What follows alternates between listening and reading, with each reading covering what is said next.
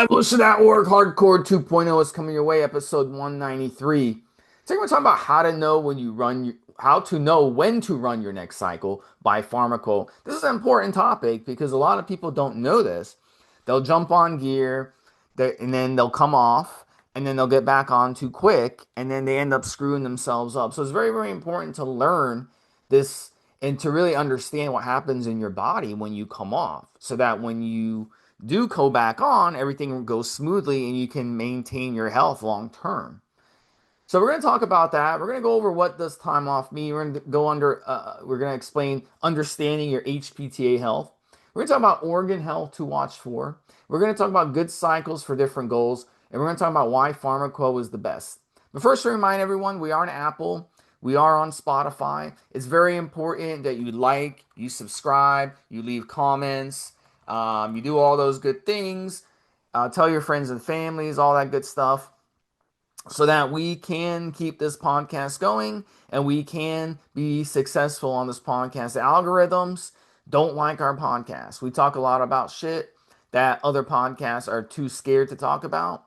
And we talk about stuff that is going to help you. We don't talk about the gossip and the clickbait and all this other shit that there's even like bodybuilding channels that turned into prank channels or something. It's just like, it's ridiculous because they want to make money off of advertising. So we don't do that on this podcast. So it's very, very important that you support us. You're our lifeline to keep this podcast going. Let's get into the first topic. What does time off mean? And Mobster, I'm going to let you in first on this because you're Yeah, good at explaining stuff and kind of explaining things where people can understand. Because this is kind of a yeah. hard question to explain. It can be if you're not familiar with the whole bodybuilding lifestyle. If you was someone who'd never trained or lifted and you was looking in, you kind of get confused. And the media reporting on what we do and how we do these things. And I say we, I mean the culture as a whole is they will hook into the more extreme aspects and won't talk about the other aspects. The other aspects are fairly obviously we train our asses off. That should be the process. And we especially train hard when we're on cycle because the cycle itself is helping us to peak. We should sort of start light, heavy, and at some point in the cycle, we're doing crazy weights or crazy volume or really squeezing the fuck out of the muscle. And the PEDs help this.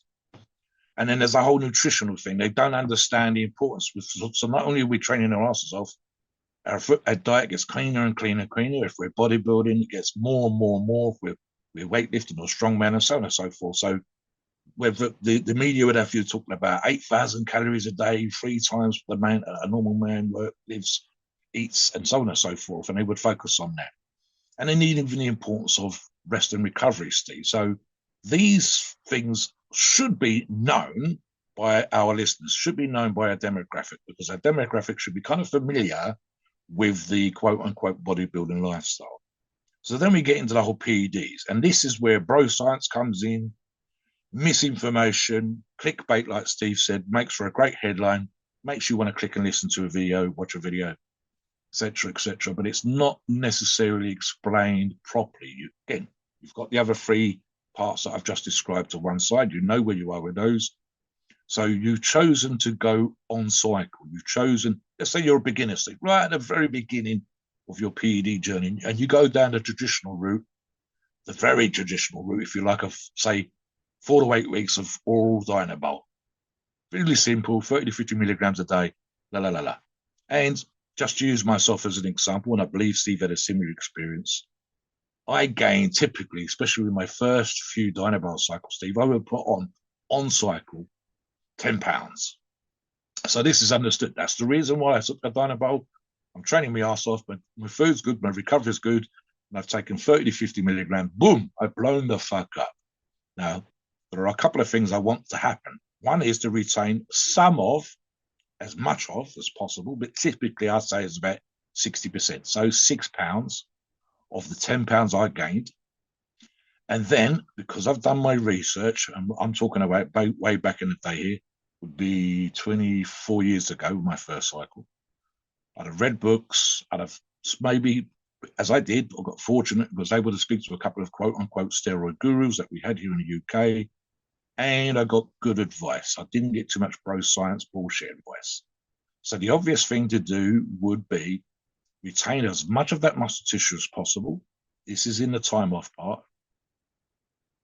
And I've said also in another show, which I think is important, whenever I've gained any serious amounts of body weight, and especially when I was trying to keep as much of those serious gains of body weight as possible, the more significant gains are uncomfortable.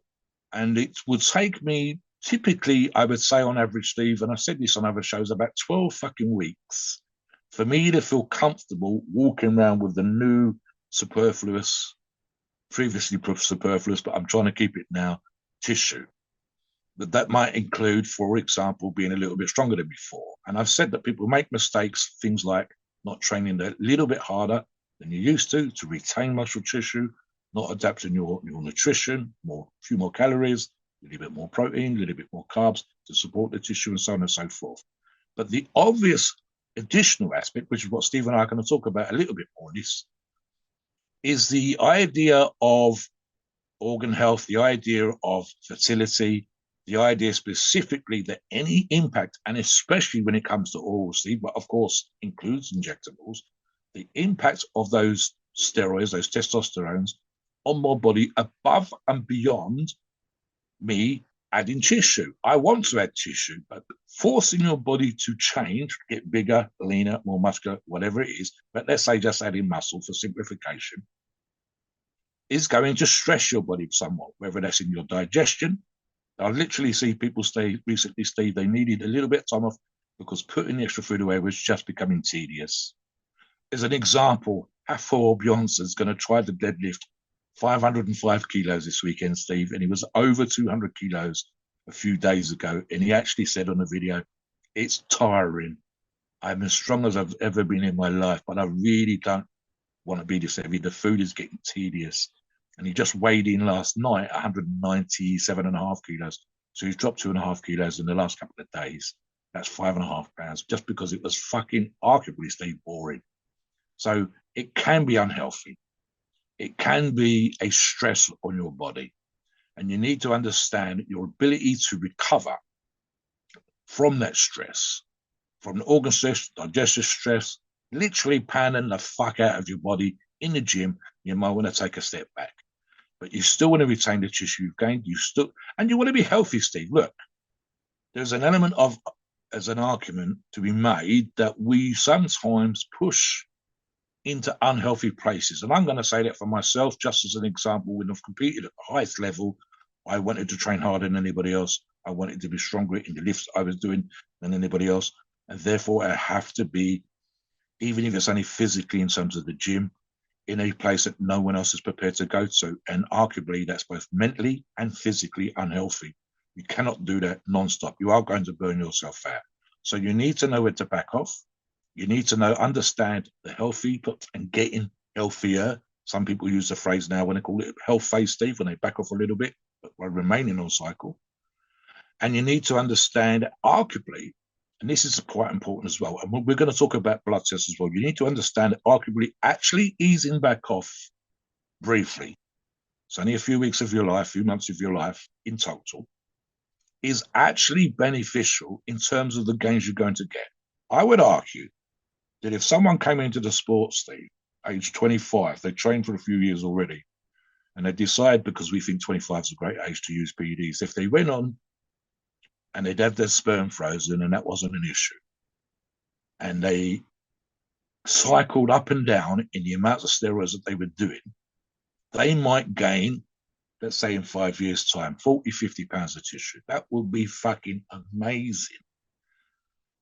But had they taken a little bit longer and tried to become healthy as possible in between cycles, and had a good knowledge of the reasons why these things are probably beneficial, they might have actually, in 6 or 7 years, gained another 5, 10 pounds of tissue, just because their body wasn't stressed, just because it wasn't constantly aflame, just because the organs were good, and even arguably, and especially if you did a full PCT and went back to what we might call natural, no steroids, no PEDs between cycles, and allowed full recovery, they might still, and it is might, is a key word here, have some degree of fertility, as opposed to arguably, if it was constant, even if it was up and down in the amounts, probably none. And that we've done shows on this and we've talked about the reasons why these are issues. See, look, it's one of those things, again, you won't see this written by a newspaper reporter talking about bodybuilding. You won't really see it sexed up as clickbait on certain things, but you do need to understand these are the reasons why some people work with coaches. It's the why some of us have had the benefit, Steve, over years of working with people that give us good advice, and why arguably Steve is approaching 40. I'm going to be 61 in a couple of weeks' time. Approaching Right? 40. I'm approaching Yeah. 50, buddy. What are you talking Oh, about? sorry, approaching 50. There you go. There you go. I You're very wish. sorry. Steve's left 40 behind. He's approaching 50. I'm approaching, I'll be 61 in a couple of weeks' time. And we're still doing epic fucking shit. Steve's probably the leanest and lightest he's been ever in his for the last 20 years. I did a 460 kilogram squat a few weeks ago, Hatfield squat a few weeks ago, and I was fucking 60 years of age when I've done it because it was a few weeks ago, Steve. And the fact of the matter is that we are quote unquote relatively healthy. I wouldn't say necessarily fertile in my case, that I'm 60. Who gives a fuck? But certainly virile. And we put out this kind of information because over time, with working with other people, working with other mentors, we've had good advice that's enabled us to do this. We haven't burnt ourselves out. We haven't fucked ourselves up. And I would like to think, especially when we do this podcast, Steve, that we have helped thousands of people throughout a podcast and tens of thousands of people in the same way.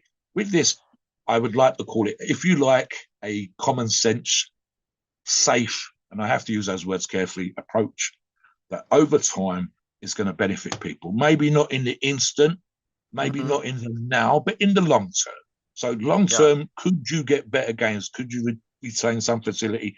Will this be a quote unquote healthier approach? I would argue that what we're talking about today, the answer to that has to be yes. Well, I would argue too that you're shortening your lifespan if you're not taking time off. So what's going to happen is stress, and it's going to hurt your gains over the short and long term. Stress inhibits your gains. Stress boosts your body fat. Stress hurts your organs over the short and long term. If you're feeling energy issues, you've been on gear, you're not taking enough time off, you start feeling energy issues, you're getting sleepy during the day, you're not sleeping well at night. All this has a connection to your organ health. Um, People who go, we're talking about this on the pre-show, in mobsters culture, it's a big drinking culture. They start drinking at 12, 13 years old. A lot of people that go on dates, if you watch these dating shows out of the UK and or Ireland, you watch these dating shows, like if someone says, "Oh, I don't drink," they look at them like they're crazy. Like it's a huge drinking culture. Now in America, we have a drinking culture as well. A lot of people like to go out, on boating. And what do they do when they're out boating? They drink. And cops are always stopping them and doing BUI tests on them and finding out they're drunk. I don't know what it is about it. I don't drink myself. I haven't touched alcohol in over 20 years. I have no desire to touch alcohol.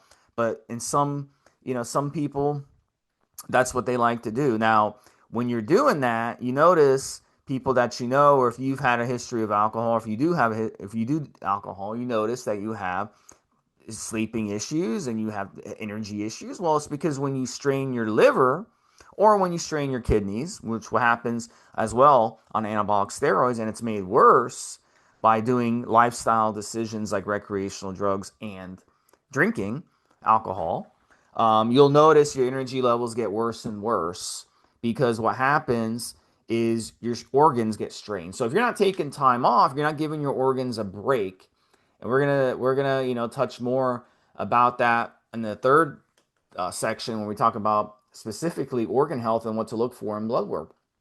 Also, if you're not coming off properly, you're not giving your body a break, you're only hurting yourself. Even if you think you're benefiting your body.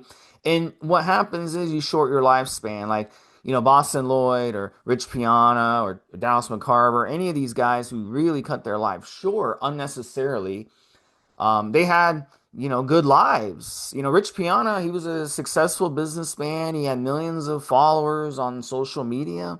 He basically was set for life. He could literally, just make videos, go and fucking rent a nice ass place or buy a nice ass place on in Mexico, West Mexico, and just fucking drink pina coladas the rest of his life and just do videos. And he would still be able to sell products and do endorsements and do commercials and make a damn good living at it. But he threw it all away because he refused to come on. Boston Lloyd too refused to come on. These guys were cruising on at least 500 or 1,000 milligrams of gear a week, year round. And then when they would do blast, they'd blast 2, 3, 4, 5 grams of gear. And they would strain the shit out of their organs, and it's going to catch up to you eventually. Yeah. You Let know, me use a so very mhm. simple analogy. I think our listeners will understand quite simply. And we've used something similar on previous. I said, if the listener was able to buy $100,000 sports car and he put the car on his drive and he revved it for an hour, literally went up to the red line and kept it there for an hour, he'd know that he'd be fucking the engine in his car. If he went out and drove it for an hour, sometimes slowly, sometimes fast, that would be fine. But if he went out and drove it for 8 hours, non-stop, filled the tank up to the brim, had a reserve tank, whatever, and drove it as fast as he possibly could, 200 miles an hour for 8 hours, he know he would be fucking with his car. And yet he would not do that to his $100,000 sports car. But sometimes, whether we mean to or not, we are doing that with our bodies. So imagine thus, when we're on cycle, we are, if not at the red line, we are close to the red line. And when we come off cycle, the needle goes back down to the 2 or 3,000 RPM into the place it's supposed to be and not flat out all the time. And that's the kind of analogy that I think is simple for people to understand. You wouldn't do it to a sports car, you wouldn't do it to your favorite motorcycle, but you sometimes think that it or feel that you can do it to your body. And the reasons why you would ease off the gas, take your foot off the accelerator, just cruise, is the reasons why you sometimes need to do that for your body too, to give your car slash body a break and to allow your, by doing so, allow the car to be able to perform at the highest level, allow your bodies to perform at the highest level.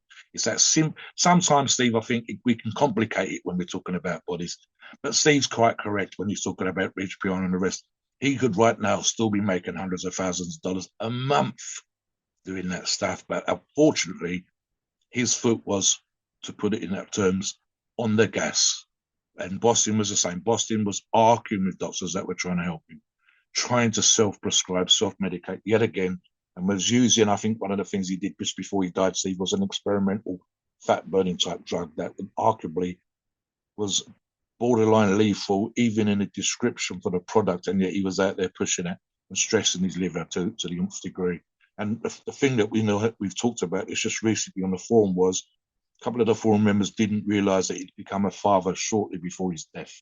So they couldn't get their heads around the fact that this guy's just had a child, I believe it was a son, and was still out there pushing the fucking envelope where he really should have been taking his foot off the gas, easing a little bit back onto his body, maybe actually listening to the doctors and still being there for his children, for his son.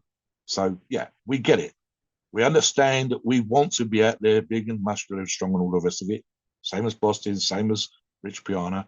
But you need sometimes just to ease off the gas. You wouldn't do it to your $100,000 sports car. You need to understand you cannot realistically do it to your body too. Yeah, and one of the things that I'm going to say is just because your blood work, and we're going to get into blood work in a second, how to read blood work and what to look for. Just because your blood work says gives you the green light to go ahead and do another cycle, doesn't mean it isn't a good idea to give your body more of a break. So more is better of a break. I ideally the way that I cycle steroids now at my age, I didn't when I was, my abusive stage was my very late 20s, I'd say 28, 29, until I was about 35, 36, mobster. That was when I was on steroids most of the years. I was abusing the shit out of steroids. I wasn't taking enough time off as I should. Even though I was recovering okay, I don't need TRT or anything, but I was still straining my organs a little too much, straining my body a little too much. Now, most of the year, I'm off gear. I might do a short little 6 or 8 week cycle here and there, maybe 1 or 2 cycles a year max. That's what I'm doing now. So if A good unofficial rule that I came up with years ago is time on. People used to say back in the day, time on equals time off. So if you're on 12 weeks, come off for 12 weeks. I say if you're on 12 weeks, come off 24 weeks. So time on equals time off times two. That's what I say.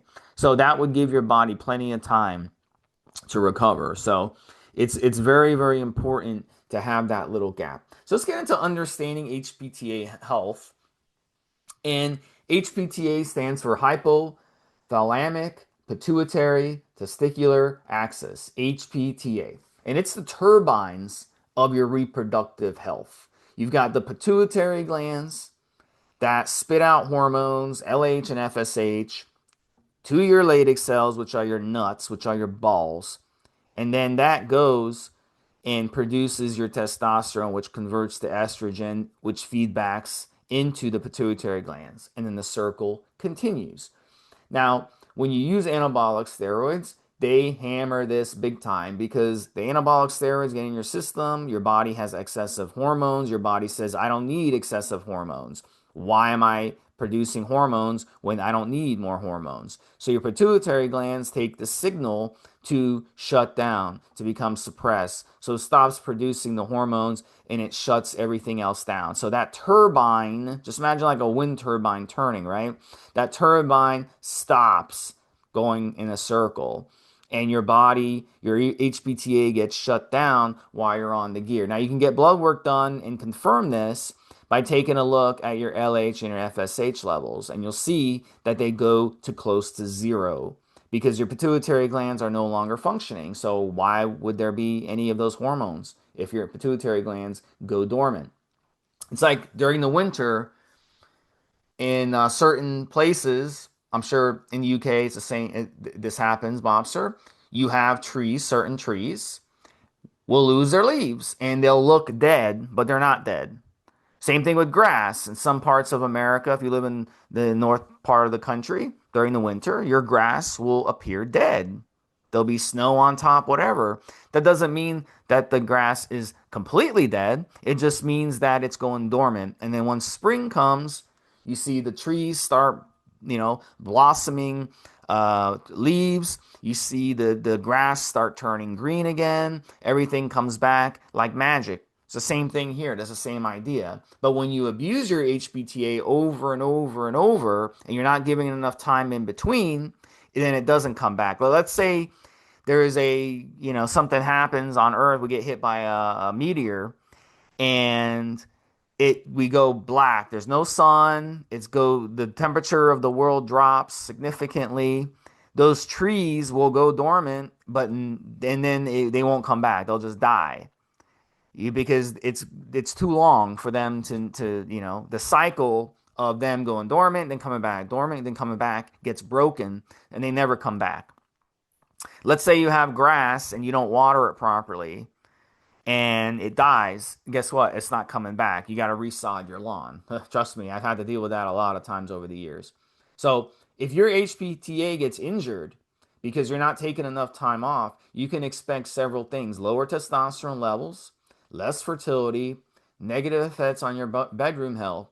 If you blow it out early in life, you're going to need to go on TRT for the rest of your life. This is why I laugh at some of these guys, these gurus, steroid gurus online. They want to teach how to do a PCT, right?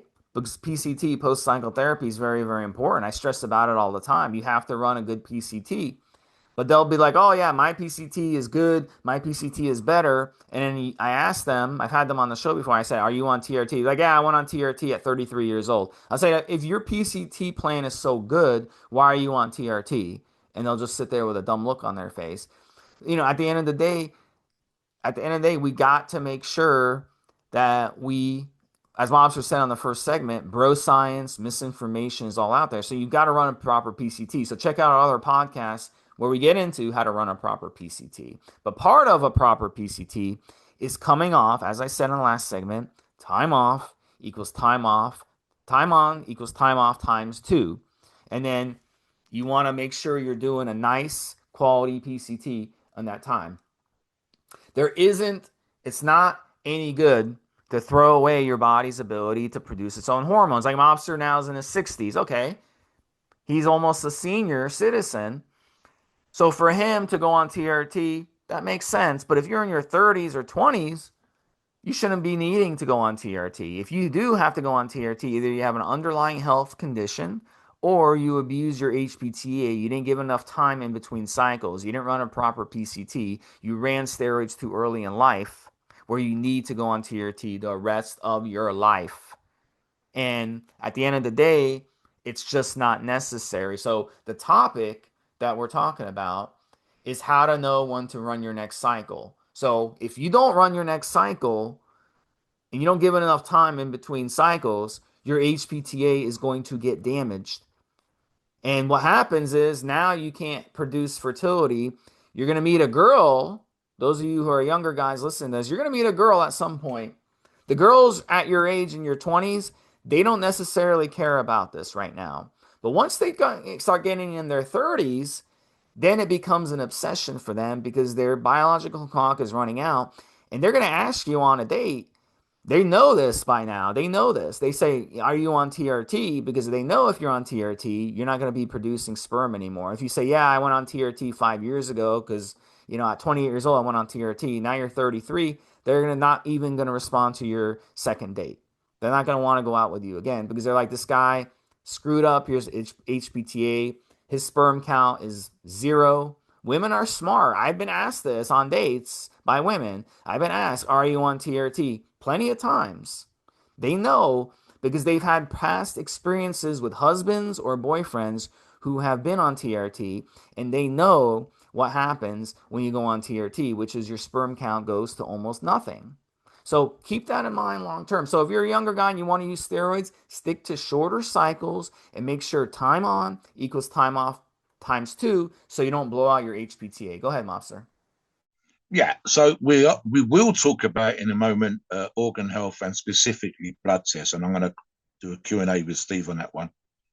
One of the things I've talked about, and this is without you getting your fertility actually tested, Steve. It's an obvious thing. Sometimes, indeed, a lot of the time, when you're on cycle, your libido, if not your fertility, certainly not your fertility, goes up. So your desire to fuck increases. Sometimes a little bit, sometimes a lot. And one of the indications that your body has gone back to normal is obviously that your libido goes back to normal. It could arguably drop post cycle to below normal, and one of the signals, one of the signs that you've recovered and are starting to get back to normal levels is literally your libido returns to pre-cycle levels. An obvious example again, and it kind of confuses people a little bit, as I said earlier on with regards to the training, that typically you can train harder, lift more, do more volume, and still recover when you're using PEDs. You should not, all things being equal, be capable of that post cycle, literally because you have not got the testosterone, the steroids still in your body.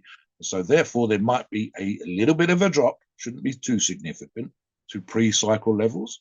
And then within a week or two, 3 weeks, 4 weeks, you should start to train a little bit. You've also took your foot off the gas, as I described earlier. You come back to close to pre-cycle levels in terms of your ability to train, recover, lift the same weights, do the same volume, etc., that you were pre-cycle.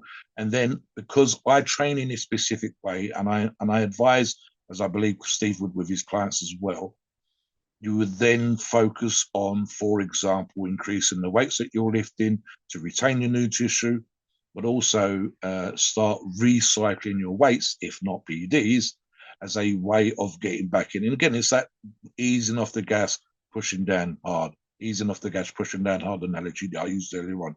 No one should be training flat out all year long.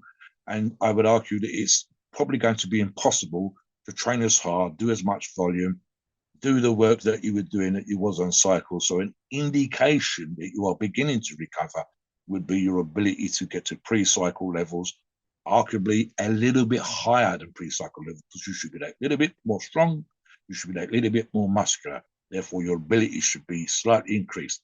Might only be 5 or 10%. I don't expect someone to go from a 200-pound pre-cycle bench to a 400-pound bench on cycle. That wouldn't be realistic. And if you come off cycle, you are not going to be benching 400 pounds. You should be looking at something like 220 pounds. So there's still more than the pre-cycle level, but also you've recovered, and it's an indication that you've grown and got stronger, and you're ready to push for a 410 pound. And I'll just use this as an extreme example. Realistically, someone that benches 200 is probably going to be looking maybe at 250 on cycle, maybe 220 off cycle, realistically. And therefore, I've got stronger than I was before. I'm more muscular than I was before. I'm not as strong as I was on cycle. But also, as Steve said, as an example earlier on, it would be things like the sleep, getting back to normal pattern levels because of the amount of tissue you held on cycle, being more likely to cause apnea. Your cardiovascular health, as I said earlier on, with me getting used to weighing heavier, that I feel more comfortable at this body weight than I felt in weeks. That would be a good sign, and so on and so forth. And silly little examples, Steve, these are small things. Some people struggle with skin health on cycle, acne, and oilier skin. The fact that your skin's gone back to normal. Stupid stuff like the way those little spots you get in your eye and stressors. As an example, it's not common in bodybuilding, but it's common in life. One of the things that sometimes happens when we're going balls out at work and really putting the hours in, or we're majorly stressed, or our diet's a bit shit, is you're more likely to see issues with the immune system, for example, cold sores. And as a good silly little indication, these small ailments, these little things that we would notice when we're really pushing the envelope physically, should return to normal levels.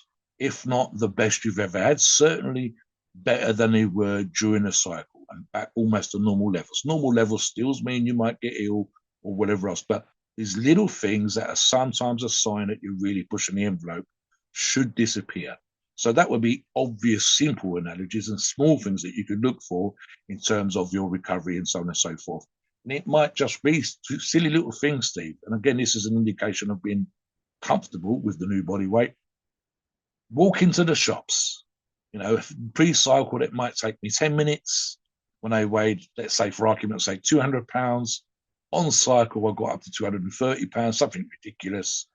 And it was kind of really, I was getting pumped, I was getting out of breath, and so on. Post cycle recovery, feeling comfortable at 210, feeling comfortable at 215, and getting back to that 10-minute walk. Just small things, little signs. But obviously, let's talk about organ health and specifically blood tests, Steve. Okay. Listen, when you do not take enough time off in between cycles and you spend most of the year on PEDs, when you're blasting and cruising at excessive dosages, you're just gonna strain your organs, and it's gonna get more and more extreme as you get older. It's not gonna get any better. Liver numbers like AST and ALT, these are very important to keep an eye on. Anything over 45 units per liter is going to show your liver is getting too strained. So you want to keep an eye on those numbers. You're going to have trouble sleeping. You're going to have a lot of energy issues. I talked about this earlier. You're going to strain the rest of your body when your liver gets strained. So drinking alcohol, using steroids, recreational drugs, it's all a domino effect when it comes to your liver, and it's going to have an effect on your liver. Alcoholics aren't known for being the most healthy people. There are functioning alcoholics, but if you notice anyone that you know that's an alcoholic, they're always tired. They always got those under their eyes mops. So what do they call those things under your eyes? Yeah, just bags. Yeah, like bags bags. under their eyes, and they're just basically you could tell. You can almost tell when someone's liver is damaged when they have liver disease. The classic example would be jaundice, Steve. Wrinkles too. Yeah, dry skin. Yeah, jaundice, yeah, would be an extreme. The yellow, the eyes would go Yes, yellow and yes. stuff. That would be really, really extreme. So, that's what happens. So the longer you give your liver a break, the better by coming off the gear. When it comes to your heart, look, your heart's a muscle. It always makes me, you know, it's a cringe situation when I see these bodybuilders on social media, whatever, bragging, "Oh, look how muscular I am. I know more than you. Look how muscular I am." And then they get blood work done, and their cholesterol and their hematocrit and their red blood cells and their resting heart rate and their blood pressure is ridiculously off. And it's just like, dude, you're sitting there with this big muscular fucking physique, but the most important muscle in your body, which is your heart, is shit. You know, you're like a 9 out of 10 with your muscular physique that we can see, but on I've the got, I've got, inside, your heart is a 1 out I've of got 10. one for you, Steve. That's pathetic. Have you not listened to any of the shows when they're out of breath talking into the microphone, Yeah. just sitting there on their They're like fucking this. They're sofa? like, Yeah, yeah. it's like, dude, and You you're can hear proud them of that? breathing. Yeah. Your heart's a muscle too. So I'm not impressed. I want to see a nice muscular physique, and I want to see also to see a nice muscular heart. Where's your resting heart rate? A lot of these pro bodybuilders, they don't take care of their heart. They don't do their cardio. They abuse these steroids. The resting heart rate's over 100. What do you think that's doing to your heart? Your arteries are getting clogged up. What do you think it's doing? You're opening yourself up to blood clots. Very, very common. Even on people with TRT, your chances of blood clots are higher when you're on TRT. That's just a High fact. blood pressure, Steve. Literally having a. Some people will tan, obviously, and they'll use coloring agents for their skin. But sometimes you've seen Yeah. examples. I've seen examples where they're literally discolored in the face because of high blood pressure. And again, just fucking sitting there Yeah. talking to camera. Yeah, Come and on. and look, a lot of people say, "Oh, Steve, the Mr. Olympia guys, they can't even run a mile without like fainting." And I'm like, "Okay, yeah, that's right. But listen, Mr. Olympia, that's an extreme example. A normal bodybuilder, if you love bodybuilding, you should still be able to run a mile, no problem. You should be able to run a mile in less than 9 minutes or 8 minutes, no problem. Even if you're, because you're never going to be Mr. Olympia. So what the fuck does it matter? These are the top 20 guys in the world, 0.0000001% of the population, 0.0000001% of the population. If you're talking about 20 people out of billions of people, and you're comparing yourself to that. So no, you should still be in good enough shape to be able to run a mile in less than fucking 8 minutes. It's not that fucking hard. I can run a mile in fucking 5.5 minutes. Okay, I can go right now, put down my headset right now, Mobster, and run around my neighborhood right now and take me 5.5 minutes to run. All right, and I have muscle. So why are you not taking care of your heart health? Now, when you abuse anabolic steroids year round, and all these numbers get elevated and you got thickening blood, guess what happens? That's what happens. So a good idea too between cycles when it comes to your heart health is donating blood. So go donate blood, and that will be the best thing you can do to help us as well. Another thing, one more is the kidneys. Um, So when it comes to your kidney health, it's important that you realize that your kidneys take a beating when you do not take time in between cycles. So the two ones you should look for are the creatinine and the blood urine nitrogen, which is the BUN. These are common ways to check your kidney stress. A lot of you'll get your blood work done, your creatinine and BUN is going to be elevated. You're holding a lot of muscle mass, you're breaking down muscle, you're repairing muscle. Is it normal for a bodybuilder to have elevated numbers? Yes. Is it good? No. All right. Because holding that much muscle mass in its own right isn't healthy for your body. Whether it be muscle mass, whether it be body fat, it's not healthy for your body. Now, is it more healthy to have body fat, body muscle instead of body fat? Yes. What, Mobster? Go ahead. You want to say something? Yeah, just as a quick tip for listeners, don't make the mistake. This is actually good advice for blood tests, regardless of what you're doing, regardless of training. Fast the night before into the morning and then go and get the blood test. So that, for example, will lower your protein levels and indicators on your blood to give a better image of what you're actually doing. And try not to train. Ideally, get the blood test done on a Monday so that you can have the weekend off before training. And again, that will give a good indication because both the training, the protein, the diet can give Yeah. negative numbers. And if you have those 2 days off and you fast, don't eat the night before, just hydrate, go and get the blood test. It will give a better picture of what actually is going on, as opposed to some false numbers that are slightly elevated because you ate, because you train, and so on. So the more your kidneys get stressed, it's like having a clogged sewer pipe in your house. It's going to just back up into your house, and it's going to be a domino effect of trouble. So you want to watch out for that. And a lot of you are going to notice that when it comes to your liver, your heart, and your kidney numbers, once you start getting into anabolic steroids, even if you go from being in great fucking shape, you start using anabolic steroids, these numbers become strained, and it's a domino effect. Over time, they get more and more strained. So it's very, very important. Taking time off is the best thing you can do to make sure you get these numbers back in line. That's really the only way you're going to be able to accomplish. If your numbers are off, you've got to come off. Think about that. Just as an example, Steve mentioned the Mystery Olympia competitors earlier on. Look, we've got a pretty good idea. I'm sure the listeners have too, of the kind of steroid levels that top Olympia competitors are going to use. But there's a certain element of truth here, which is they are not going to be using quote unquote balls out as much as they possibly can with the focus, the almost clinically psychotic focus of trying to become Mr. Olympia. They will not be using 5 grams a year round. They will ease back off. And this is what we're looking at here. When we're talking about time off, we're talking about easing back off. Either no steroids, specifically, because that's what we're addressing, the recovering of the body. And even if you are on year round as a Mr. Olympia level, you wouldn't be taking grams and grams and grams per week. You would ease back off. You would try. It's difficult when you're earning hundreds of thousands of dollars a year and you want to be Mr. Olympia. You would try not to be going flat out year round.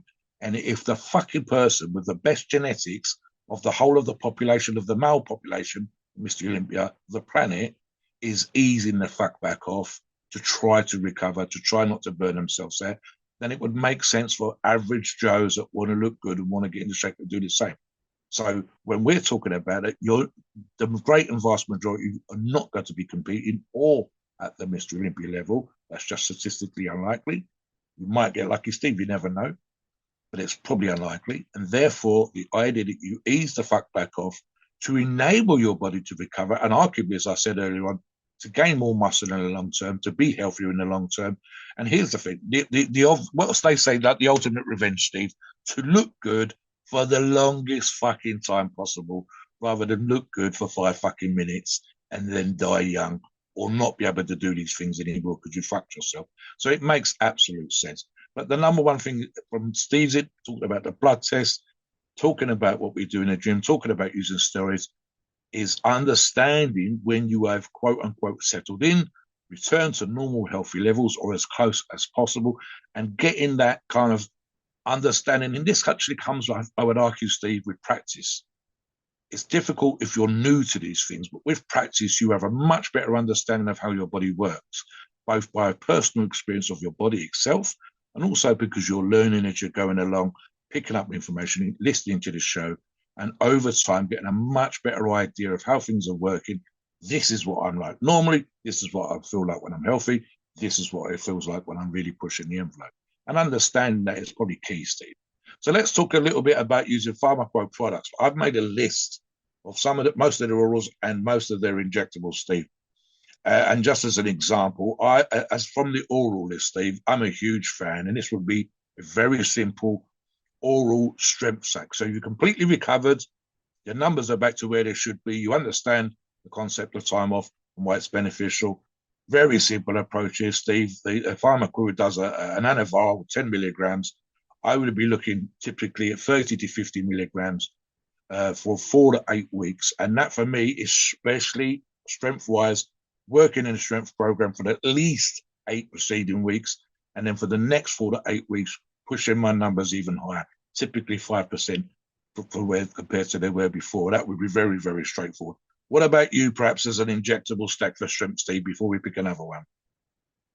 Yeah, Trend is the one I hit all-time PRs on, so how could I not mention Trend? So Trenbolone, you don't need to use much, 200, 250, 300 max. I've done Trend up to 400. The side effects are brutal.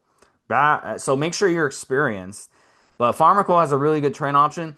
Trend E or Trend Ace. If it's your first time using Trend, you might want to go with Ace. It's in your system, maybe a little bit quicker. I don't really see much of the difference between E and Ace when it comes to hitting your body.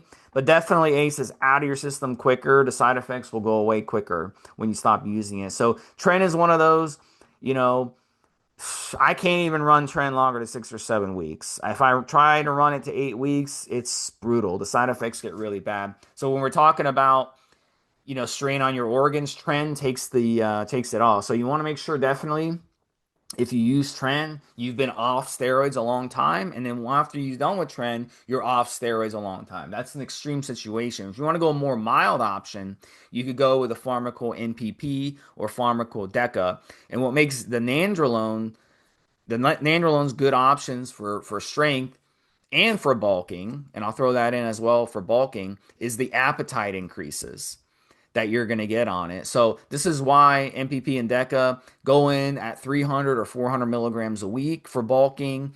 Use some Proviron. Pharmaqo has good Proviron. That's going to help balance your DHN and DHT levels in your body. And that would be a really good stack. You could throw in some testosterone on top of it, and that would be a really good thing for bulking as well. They've got a combination here, Steve, that I think would be interesting from a possible recomposition. Certainly a cutter, a conditioner product. They've got an EQ and a Test 500. So I would probably be looking at half a mil to three quarters of a mil, 2 to 3 times a week in that particular way. So that would be between 250 and 750 milligrams total. As it comes, I would probably, especially the first time, run this solo. I don't think I would use anything else with it. But I was thinking, for example, as a way, and we've talked about this on previous shows, maintaining some level of cardiovascular conditioning. How about this then? The EQ test 500, run up somewhere between 400 and 600 milligrams total per week, and perhaps on Turinabol, Steve, at 10. They've got Turinabol 10 milligrams. I'd probably be looking at 30 milligrams a day. And that's just a way of maintaining condition. Just as an example for pure cutting, I'm looking at the Winstrol here, Steve. They've got both oral and injectable, of course. They've got a Win AQ 100, and they've got the oral version of the Winstrol at 10 milligrams. And again, I'm thinking, especially in combination with the diet, conditioning work, cardiovascular work. I'm also looking, this is another one which we don't mention enough of on these shows. They do a Femivar type product, Steve, which I think is the steroid that we refer to when we're talking to women. That's at 2.5 milligrams. How would you get women to use the Femivar for either strength or bodybuilding for women? Yeah, you could do 2.5 to 5 milligrams a day of the Anavar from Pharmaqo. That would be a good option for them for sure. And then, Primo is another good option too when it comes to cutting. You can go 400, 500, 600 milligrams a week of Primo. It's really, really good. And Anavar is really good for cutting, as Mobster mentioned. T-Bowl is a good one for cutting, as Mobster mentioned. I like T-Bowl, especially if you like to do a lot of cardio-centric training. It's a great, great option as well. One of the foundational, just to finish on this, Steve, one of the foundational steroids, especially old school foundational steroids, and they do from some nice options here with what they call their Dianabolin, which is in a 50 milligram pill. I believe they also do a 10. And this is old school. I mentioned at the beginning of the show, again, 30 to 50 milligrams. Me, I always did really well on 30 milligrams. So that's like, what's that per week, Steve? 210 milligrams total, which is quite small. And again, as we always advise when it comes to orals, because we're talking about organ health and levotiramine, etc., always did well for bulking up. As I said before, 10 pounds on, kept 5 to 6 pounds off at 30 milligrams a day. Very simple, very straightforward. Breakfast of champions there, Steve. And I like the fact that they've still got the Dynabol option out there. I can't, it's one of those weird ones when you're talking about PEDs. You won't hear top professionals talking about the underbowl, etc., etc., etc. And yet it's still up there, top three, top four, top five oral sellers of all fucking time, regardless of the brand. So nearly every brand does it, Steve. So yeah, listen, when we look at all of these kind of things, there's we've done multiple shows on different ways of cutting, different ways of bulking, different strength sacks, etc., etc., etc. And I like the fact that they have all of these different options. What about recomposition, Steve? Trainer causes the Yeah. classic for recomposition. I'm looking right now at their Trenbolone E200. How would you run that if you were recomping? Yeah, so when it comes to recomposition, look, it's considered one of the toughest things to pull off, especially if you're cycling properly off and on. This is why a lot of guys choose to stay on. This is why a lot of guys choose to just say, fuck it. I'm just going to stay on and abuse my body because they don't care. And they want to do the recomposition because recomposition involves putting on muscle and losing fat at the same time. So if you're constantly cycling on, cycling off, it's harder to do. I remember a guy in a forum years ago. He's like, oh, I just stay on steroids year round. I asked him like, why'd you decide to stay on steroids year round? He was like in his early 30s. He's like, oh, it's just easier. That was his response. I was like, okay.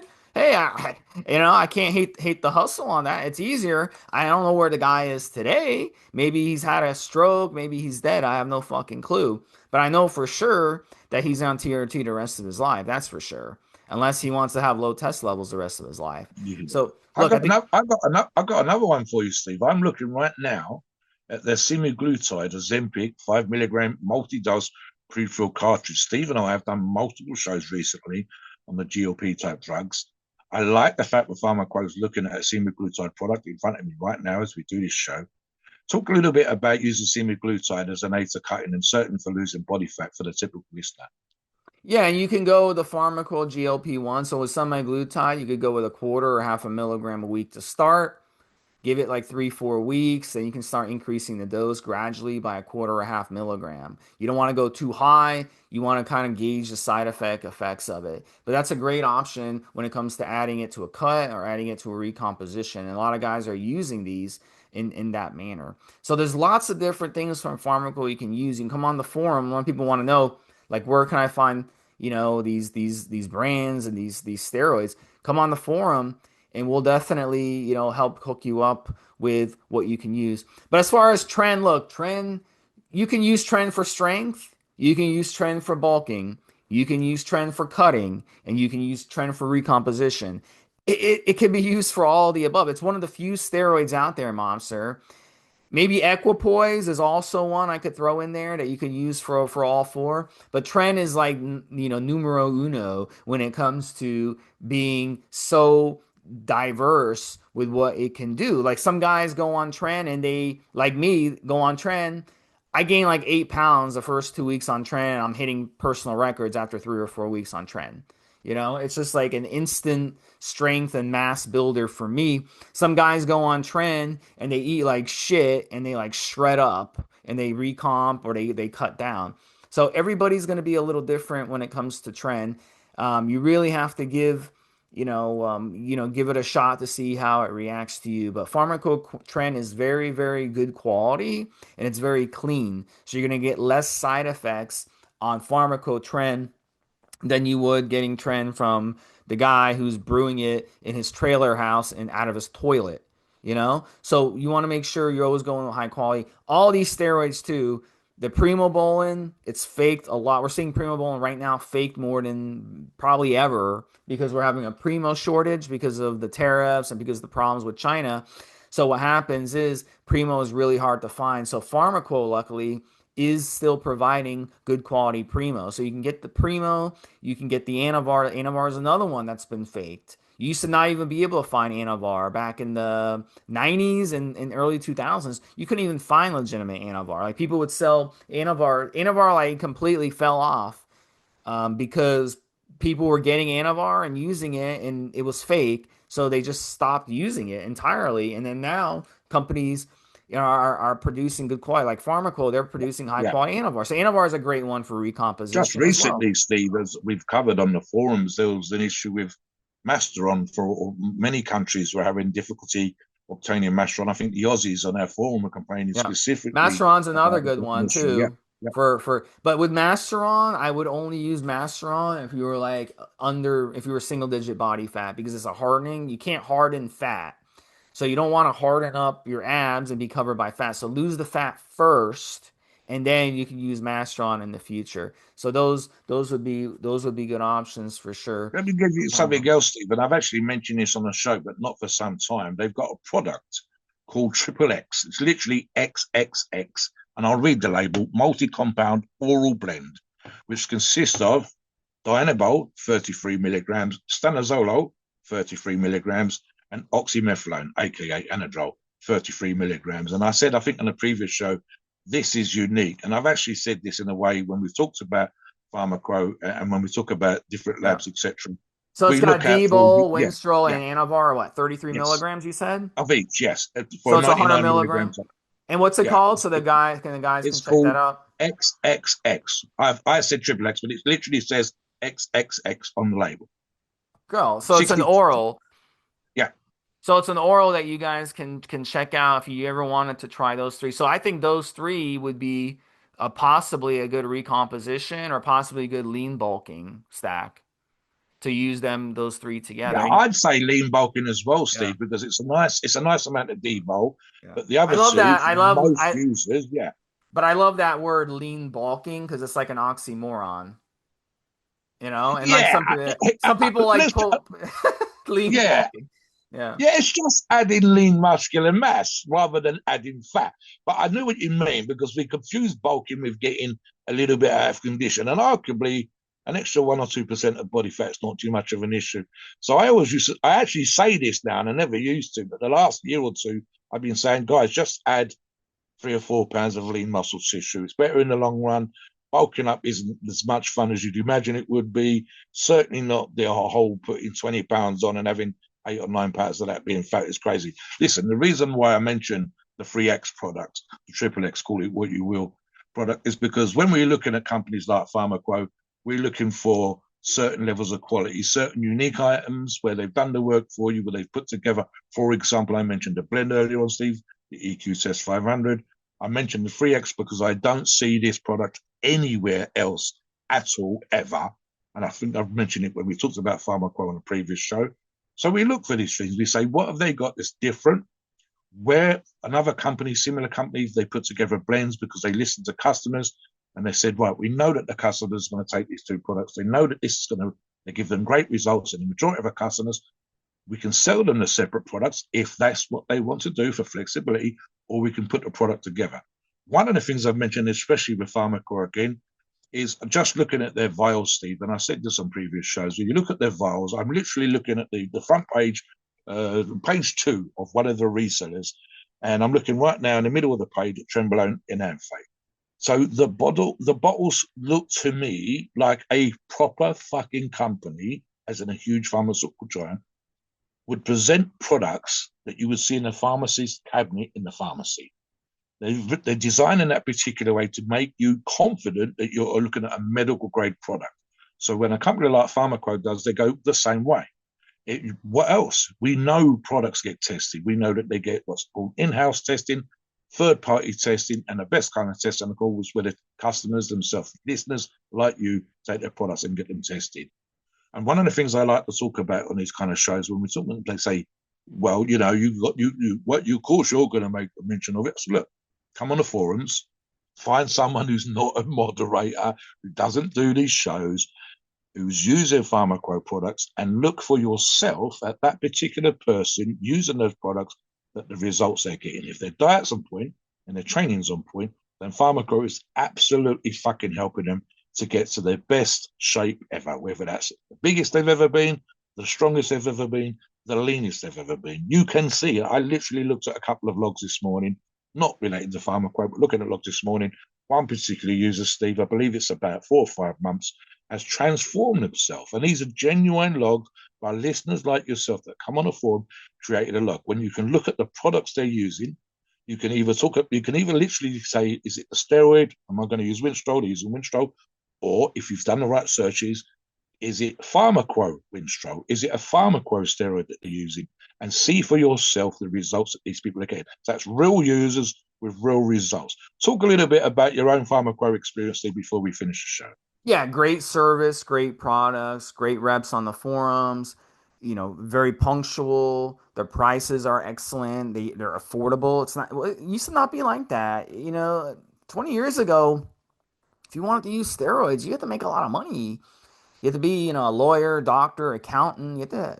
Now anybody can afford it. We got people who are construction workers and electricians and plumbers and all kinds of, regular jobs who are able to afford steroids now. And it's because of companies like Pharmaqo who produce in mass and they're able to keep the prices affordable for everybody, Yeah. and that's cool. That's some cool stuff, and they have sales that pop up every now and Yes. then as well. Yes. So come on I'm the thinking. forum.